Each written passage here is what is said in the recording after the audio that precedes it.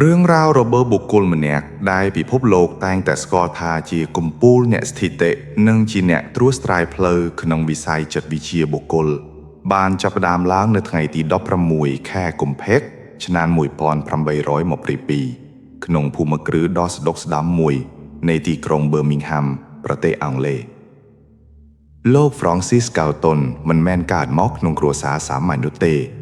លោកជាពូជពងនៃត្រកូលអ្នកប្រាជ្ញដ៏មានឥទ្ធិពលបំផុតពីរគឺត្រកូល Galton និងត្រកូល Darwin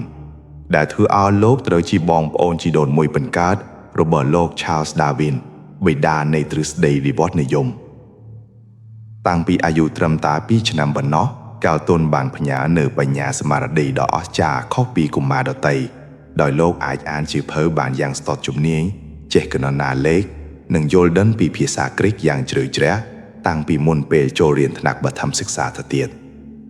ភាពឆ្លាតវៃខុសពីធម្មជាតិនេះហើយដែលក្រោយមកបានក្លាយជាប្រធានបទដ៏សំខាន់បំផុតក្នុងជីវិតរបស់លោកនោះគឺការសិក្សាស្រាវជ្រាវអំពីទេពកោសល្យដែលកើតចេញពីកំណើតទោះជាយ៉ាងណាផ្លូវជីវិតក្នុងវ័យយុវវ័យរបស់លោកពោរពេញទៅដោយសម្ពាធយ៉ាងខ្លាំងតាមបំណងប្រាថ្នារបស់ឪពុកលោក Galton ត្រូវបានបង្ខំឲ្យសិក្សាផ្នែកវេជ្ជសាស្ត្រដែលជាមុខវិជ្ជាដែលលោកស្អប់ខ្ពើមបំផុតព្រោះលោកមិនអាចទ្រាំទ្រនឹងទិដ្ឋភាពនៃការវះកាត់និងការឈឺចាប់នៃអ្នកជំងឺនាសម័យនោះបានឡើយបន្ទាប់ពីការតស៊ូទាំងបង្ខំចិត្តលោកបានធ្លាក់ចូលក្នុងវិបត្តិផ្លូវចិត្តយ៉ាងធ្ងន់ធ្ងររហូតដល់បោះបង់ការសិក្សាពេទ្យហើយងាកទៅចាប់យកផ្នែកគណិតវិទ្យានៅសាកលវិទ្យាល័យ Cambridge វិញមរណភាពរបស់ឪពុកលោកបានបន្សល់ទុកនូវទ្រព្យសម្បត្តិមហាសាល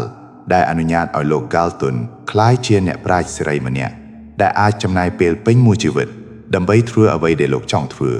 ដោយមិនចាំបាច់បារម្ភពីរាគលុយកាក់ឡើយលោកបានចាប់ផ្ដើមជីវិតជាអ្នករុករកដោយបានធ្វើដំណើរទៅកាន់ទឹកដីអាហ្វ្រិកដែលគ្មាននរណាស្គាល់លោកបានវាស់វែងផែនទីនិងបានបោះពុម្ពសៀវភៅណែនាំអំពីការរស់រានមានជីវិតក្នុងព្រៃដែលបានក្លាយជាសៀវភៅគោលសម្រាប់អ្នករុករកចំនួនក្រោយៗមកទៀតរបត់ដ៏អស្ចារ្យបំផុតដែលបានធ្វើឲ្យលោកក្លាយជាបិតានៃវិទ្យាសាស្ត្រវាស់វែងនោះគឺចំណង់ចំណូលចិត្តរបស់លោកទៅលើការប្រមូលទិន្នន័យលោក Galton មានជំនឿយ៉ាងមុតមាំថាគ្រប់យ៉ាងនៅក្នុងពិភពលោកនេះមិនថាជាធាតុអាកាសកម្ពស់របស់មនុស្សឬសូម្បីតែភាពឆ្លាតវៃនោះទេគឺសុទ្ធតែអាចបកស្រាយបានតាមរយៈលេខនិងសន្ធិទាំងអស់លោកគឺជាបុគ្គលដំបូងគេដែលបានបង្កើតផែនទីធាតុអាកាសបង្ហាញពីសម្ពាធខ្យល់និងជាអ្នករកឃើញនៅបាតុភូតអង្គទីស៊ីក្លូនដែលយើងនៅតែប្រើប្រាស់សម្រាប់ការទស្សន៍ទាយអាកាសធាតុរហូតមកដល់សព្វថ្ងៃនេះនៅក្នុងវិស័យច្បាប់និងសន្តិសុខវិញពិភពលោកពិតជាជំពាក់គុណលោកយ៉ាងធំធេងព្រោះលោកគឺជាអ្នកដែលបានច្នៃប្រឌិតប្រព័ន្ធស្នាមមេដៃ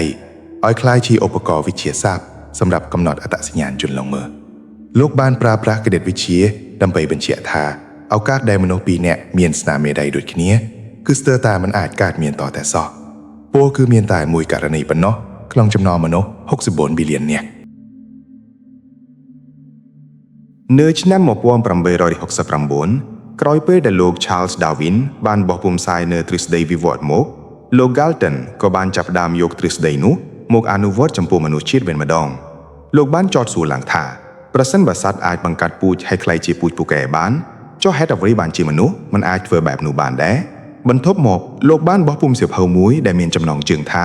Hereditary Genius ដែលជាការសិក្សាដំបូងបំផុតលើពិភពលោកអំពីទំនោរពូជនៃបញ្ញាស្មារតី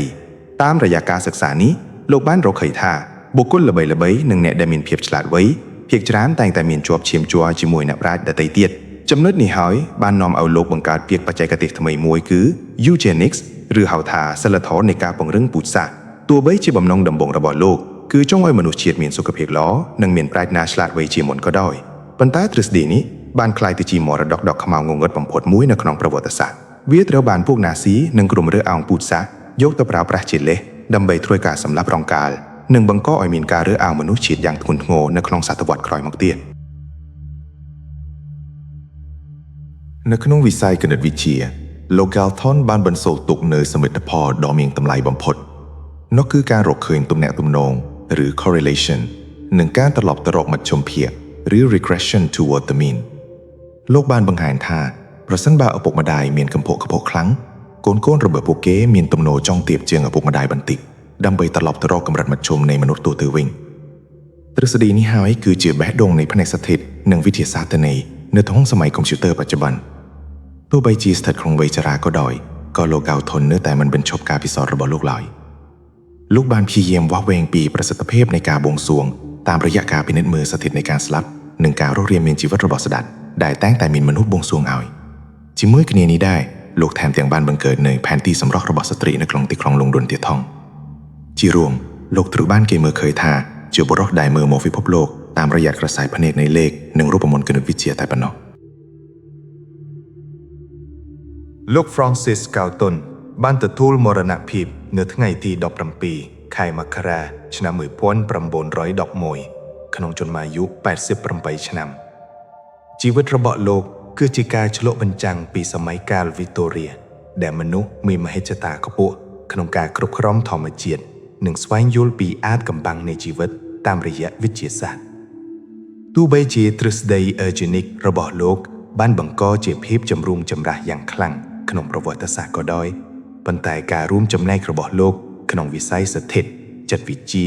អូតូនិយមនិងកសាលវិច័យបានធ្វើឲ្យលោកក្លាយជាបញ្ញាវន្តឆ្នាម្នាក់ដែលពិភពលោកមិនអាចបំភ្លេចបានគេតំណែងរបស់លោកបានបង្រៀនយើងថាចំណេះដឹងគឺជាអាវុធមុខពីរ